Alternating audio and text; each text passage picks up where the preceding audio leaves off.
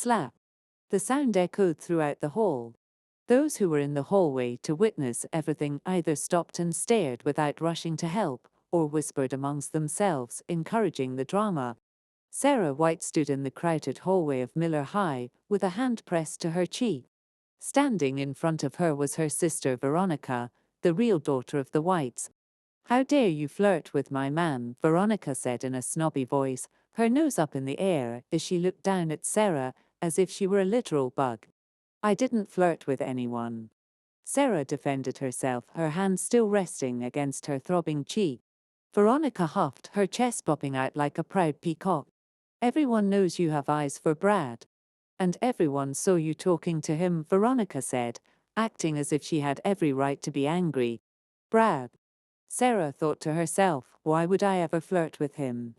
Brad had been her fiancé up until the Whites found their real daughter 2 years ago.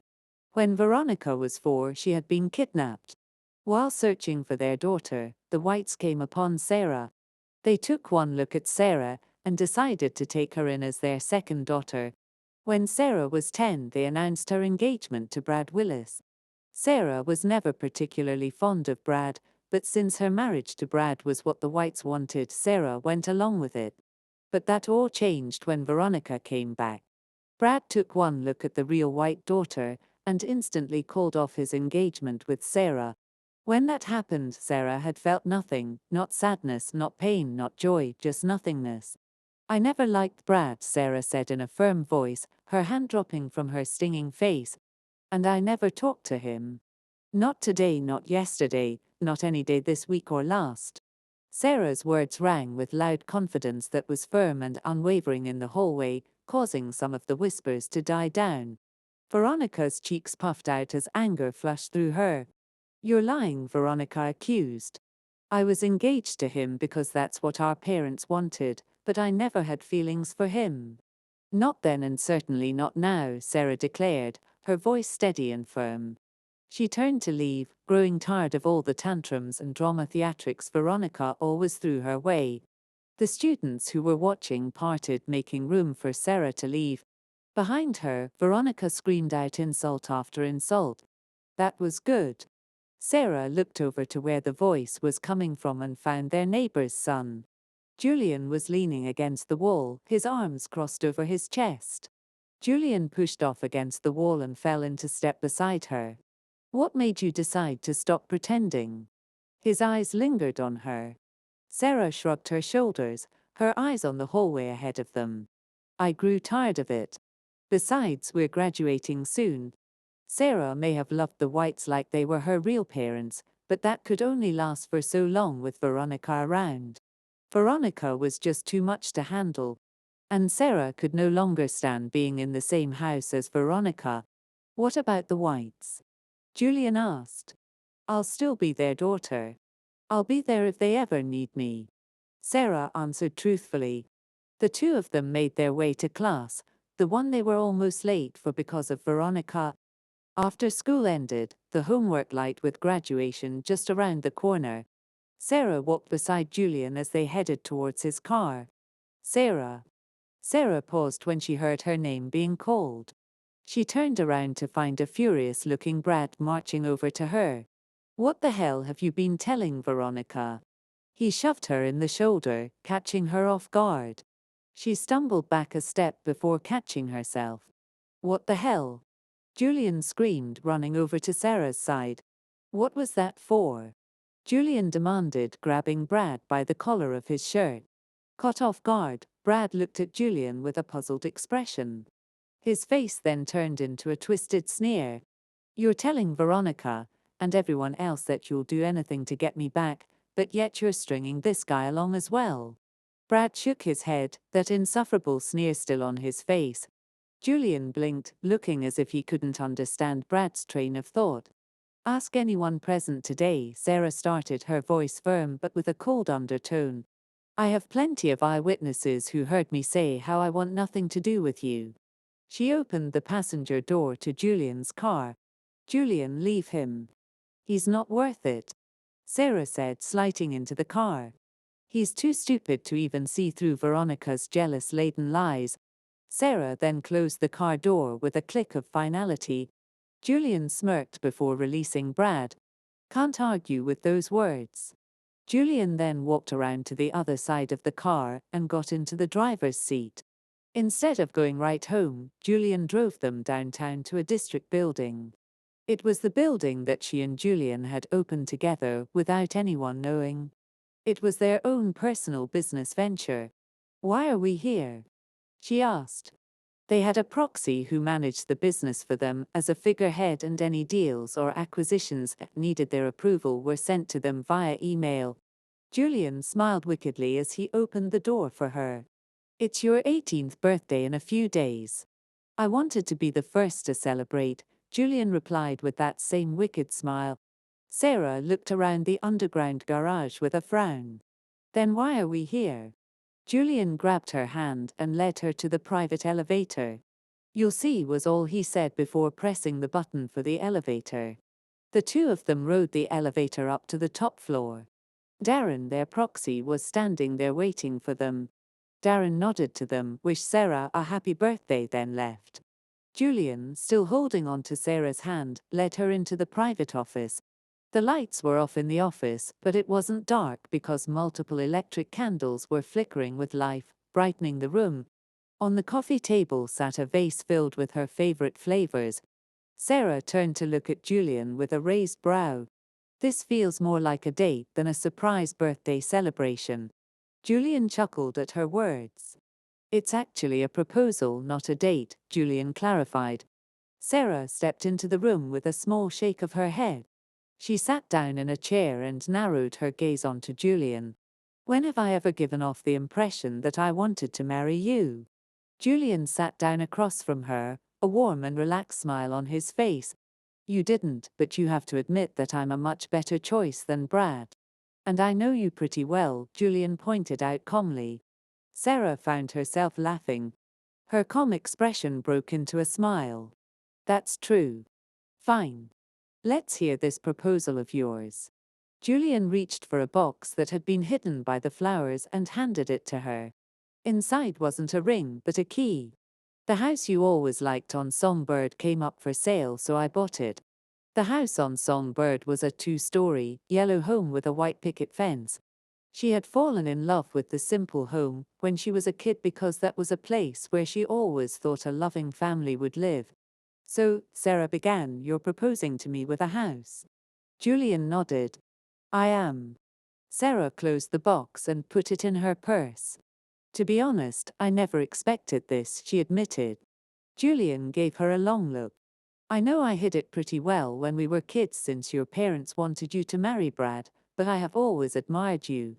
Julian leaned forward, his red eyes burning. "It was only natural to fall in love with you." Sarah stared into his burning gaze for a long time. Love? That wasn't something she had thought about for a while, not since having her dreams crushed as a child. "And it's fine that I don't love you." Julian nodded. "I know that you will never break a contract, and marriage is just another contract." Julian spoke with absolute certainty. Sarah smiled at his words, loving how he used her very own nature just to prove a point. "I accept. But I still want a ring." Julian's smile widened, his handsome face turned a bit boyish looking. "Let's pick one out after dinner. I actually had Darren order something. It should be here soon." The weekend finally arrived, and it was the day that her adoptive parents were holding a birthday celebration for her. Sarah stood in front of the mirror, examining her reflection with a critical eye. Just then a knock sounded on the door. "Sarah, honey," her adoptive father called out softly. "Coming," Sarah called out to him before moving to the door. She opened to find her father standing behind it, looking dapper in his suit. "Your mother and sister are already at the hotel," he informed her. Her mother had left early to make sure everything was set up perfectly. Veronica had volunteered to go with her, no doubt planning something. "Then we shouldn't keep them waiting." The drive to the hotel where they were holding her birthday party wasn't too far from their house. The room they had rented out was filled with clothed tables, flowers, gifts, and a 4-tier cake that looked absolutely divine. The room was also filled with a surprising amount of guests. Sarah's adoptive mother came over and wrapped her in a hug when she saw her. Trailing quietly behind her was Veronica. "You look beautiful, Sarah," her mother said, her voice filled with warmth. "Thank you. You look great as well, mother," Sarah told her, meaning every word of it. Her parents separated from her not long after that, making their rounds around the guests. Veronica shot daggers at her every time she thought no one was looking. Ignoring her, Sarah's eyes roamed around the banquet hall, falling on Julian. Julian was standing in the back, away from the crowd. A wine glass that he had stolen was in his hand, though Sarah was fairly certain that what was in the glass wasn't wine, but plain old juice. His eyes caught hers and he gave her a wink. Sarah shook her head, a small smile on her lips. She might not love Julian, but he was by far her favorite person. He had a way of making her world seem brighter without even trying. When it came time for cake and presents, Brad showed up and handed her a booklet filled with cheap men from one of the local strippers' club. "Puck you one out from here. I'll personally pay them to marry you." His voice sounded smug, but unfortunately, all he did was manage to tarnish his reputation among the people gathered there. Her parents bristled at his words and his father took a step forward. "What is the meaning of this?" her father asked, his voice laced with anger. "That fake daughter of yours has been following me around non-stop. I'm only helping her get over me by offering her someone on her level." Before her parents could smack some sense into Brad, Sarah stepped forward. "You can have this back." She tossed the pamphlet at Brad, watching as it smacked against his chest before falling to the ground. She then turned to her parents. "I actually have something I wanted to tell you too." "I was going to wait until later," Sarah began. She leveled a cold gaze onto Brad and Veronica for a split second before turning back to her parents, "but I fear I must do this now. I'm planning on moving out after graduation," she announced calmly. Her parents, who were fighting off their anger, turned to her with pale and astonished faces. "What do you mean you are moving out?" her mother asked. "I'm planning on moving out with Julian." There were a few shocked gasps resounding out through the crowd, though the ones who looked the most shocked were Brad and Veronica, which was something Sarah truly couldn't understand since she had been clear with her feelings when speaking with them. Julian slid up to her just then and slyly wrapped a hand around her waist. "I'm sorry I didn't inform you sooner, but I proposed to your daughter a few days ago." Her father looked at Julian with a small frown, the displeasure in his eyes clear. "We plan on holding the wedding next year," Sarah said calmly, speaking before her father could. Julian turned to look at her with a smirk, his expression showing immense pleasure. "I don't remember this little detail," he said coyly. "So you want to hold the wedding next year?" Sarah nodded. "I do." She didn't need to explain it Jelaine for him to understand. She wanted to hold the wedding as soon as possible just to have a clear contract between them. Julian laughed. "I can do that." Sarah's mother turned to look at her with a loving expression. "If that's what you want, dear. But what do you plan on doing about college?" her mother asked. "I'm not planning on going," Sarah stated. Why would she go to college when she was already running a successful business? Julian's smile widened. "She doesn't need to attend since she's already a successful businesswoman," Julian said with an amused smile, his voice filled with an undisguised smugness. "What?"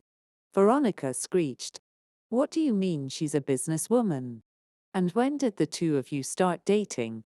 Their parents gave Veronica strange looks, surprised by her sudden outburst. "You don't need to date to get married," Sarah stated simply, "and Julian and I started JS Corp 2 years ago." Everyone stood in stunned silence at Sarah's words. JS Corp had become a very well-known company that had shot up in the charts as one of the most successful companies. "How are you feeling?" Julian whispered into her ear, and Sarah could hear the smile in his voice. "Good. Very good, actually," she answered simply. But the smile she wore showed just how good she was feeling. Seeing the looks on Brad's and Veronica's faces had been the stuff of legend. Julian chuckled quietly from beside her, his arm pulling her closer as the guests crowded around them, eager to grow closer to the young entrepreneurs. They married exactly 1 year later, and immediately moved into the house that Julian had bought for her. The marriage was simple and easy. Julian made the perfect partner. They had good synergy while at work, and it continued even when they returned home. Sarah, who was used to her best friend and business partner, had begun to see him in a new light ever since the two of them had first gotten engaged. He was attentive and encouraging, and more importantly, he was supportive. They were curled up on the couch one weekend after a long and busy week of work. Sarah was snuggled against Julian's chest, his arm wrapped firmly yet gently around her. "You know," she mumbled quietly, her voice filled with sleep and her eyelids growing heavy. "I'm glad I married you." "I love you," came the mumbled confession, one that she was vaguely aware of the next day.